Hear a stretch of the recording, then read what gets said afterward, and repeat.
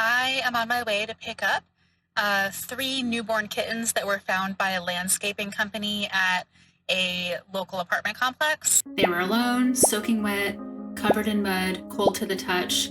In this case, it was immediately clear that something was wrong. There was no mother nearby, no dry nest, no sign that anyone had cared for them in quite a while. These babies truly needed help. So today we're going to introduce you to them, but I also want to talk about something that might surprise you. Not every kitten who's found outside should be brought into a shelter. And understanding the difference is one of the most important ways we can actually save more lives during kitten season. When the landscaping crew found these kittens, they knew immediately that something wasn't right. The babies were soaking wet from the rain, their fur was matted with mud, they were cold and crying, and it was clear that no mother would be returning to them. One of the biggest clues in situations like this is body temperature. Healthy kittens with an actively caring mother are usually warm and tucked inside some sort of protected nest. Even outdoors, mother cats work incredibly hard to keep their babies hidden, dry, and insulated. But these kittens had clearly been exposed for quite a while. And when neonatal kittens get cold, things can go downhill very quickly. Their digestion slows down, their energy crashes, their bodies stop functioning normally. At that age, they don't have reserves, they don't have the ability to regulate their own body temperatures well, and a tiny amount of exposure can become life-threatening faster than most people realize. Okay, I just picked up the kittens and we're about to head back to the nursery. There are three of them. They actually look like they're in pretty good shape, even though when the guy found them, they were wet and cold and covered in mud. They're still a little bit dirty, but he did do a pretty good job of getting them dry and relatively cleaned up. They're still a little bit more cold than I would like them to be, but I do have a warming disc in here. This is just a disc that you can put in the microwave for a few minutes and then it stays warm for a few hours. So this will keep them nice and warm on our way back, and then we have an incubator warming up for them when we get there. These kittens are only a few days old, which we can tell because their eyes are still closed and they still have their umbilical cords. So given their conditions, that they were really wet and muddy and cold, we do believe that mom wasn't there. Whether she intentionally left them or got hit by a car, taken by a predator, we don't really know her story, but it seems very likely that she wasn't coming back for them, and so without help they wouldn't have made it. So we're happy that we were able to get these guys, and we will keep you in the loop as we get them warm, and I will record more as we feed them in a little bit. So when they arrived here, our first priority wasn't feeding them immediately. It was warmth. And that is because feeding a cold kitten can actually be dangerous because their body can't properly digest the food when they're cold. So first came warming in a cozy incubator. And only after they started warming up did we begin feeding them and fully assessing what else they might need. And this is where I want to talk about something really important, because these kittens clearly needed intervention, but a lot of kittens found outside actually don't. Every single year during kitten season, people find kittens outdoors and immediately assume they've been abandoned. And that thought comes from a good place. People really care. They want to help. They don't want to leave babies outside. I get it. But mother cats naturally leave their kittens alone for periods of time while they search for food, sometimes even for several hours. And during that time, the kittens are usually quiet and hidden. So people see kittens alone and they panic. But in many cases, mom is coming back for them. And when healthy kittens are removed, it can create a whole other set of problems, not just for those kittens who are suddenly unnecessarily orphaned, but for shelters and rescues too.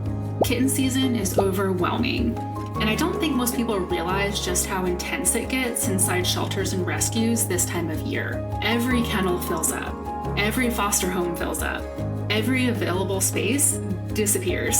At organizations like ours, we're often caring for kittens who are critically ill or too young to survive without around-the-clock intervention. Tiny newborns needing feeding every couple of hours, kittens with severe infections, premature kittens, injured kittens, orphaned kittens, medical emergencies, and there are just never enough resources. There's never enough space, never enough fosters, never enough funding, never enough sleep. So when healthy kittens are separated from their mom unnecessarily, it puts even more pressure on a system that is already stretched to its limit. A foster home that could have taken truly orphaned newborns becomes occupied. A kennel needed for an emergency intake may no longer be available.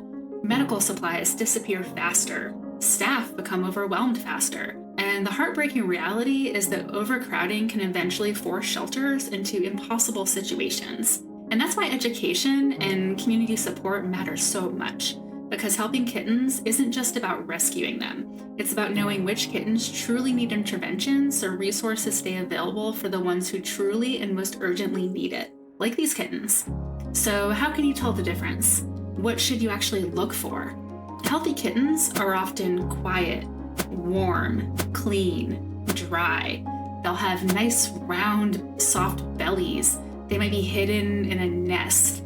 If you observe from a distance, mom will often return, but there are situations where intervention is absolutely necessary. Like today. These kittens were cold, soaking wet, covered in mud, exposed to the elements, crying constantly. And they had clearly been unattended for quite a while. These are all major red flags. Other signs kittens might truly need help might include visible injuries if you see an open wound or bad eye infection, heavy flea infestations. It's normal for outdoor kittens to have some fleas, but if they're covered in fleas, it might mean a mom's not grooming them as often as a mom should. They might be weak or lethargic, or they might just be in a dangerous area. Maybe they're right on the side of a busy road or in an active construction site, or you might see their deceased mother nearby. One of the best things people can do when they find kittens is pause first. Observe from a distance if the kittens appear stable. And if you're unsure, contact a local rescue or shelter for guidance before moving them, because sometimes the best outcome is rescue, and sometimes the best outcome is leaving healthy kittens with a mother who's caring for them.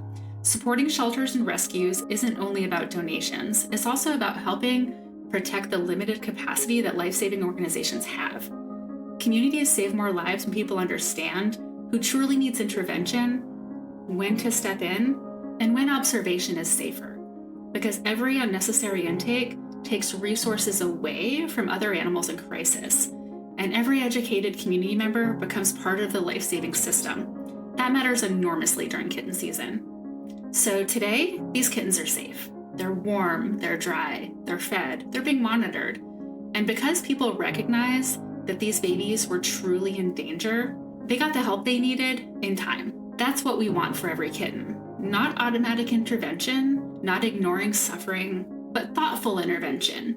The right help at the right time. And when communities understand the difference, more lives are saved overall. So if you find kittens this season, remember, pause first. Observe carefully. Ask questions if you're unsure. Because sometimes rescuing kittens means bringing them inside, and sometimes rescuing kittens means making sure shelters and rescues still have room when emergencies happen. That's why we make these videos, not just to share cute moments, but to teach people, to build awareness, and to help more kittens survive. So if you want to help us save more lives, one of the biggest things you can do is support this channel. Subscribe, leave a comment, like the video, share it with someone else who loves animals. Every single interaction helps more people find these stories and this education. And the more this channel grows, the more kittens we can help. We're really glad you're here, and we hope you'll stick around to follow their journey.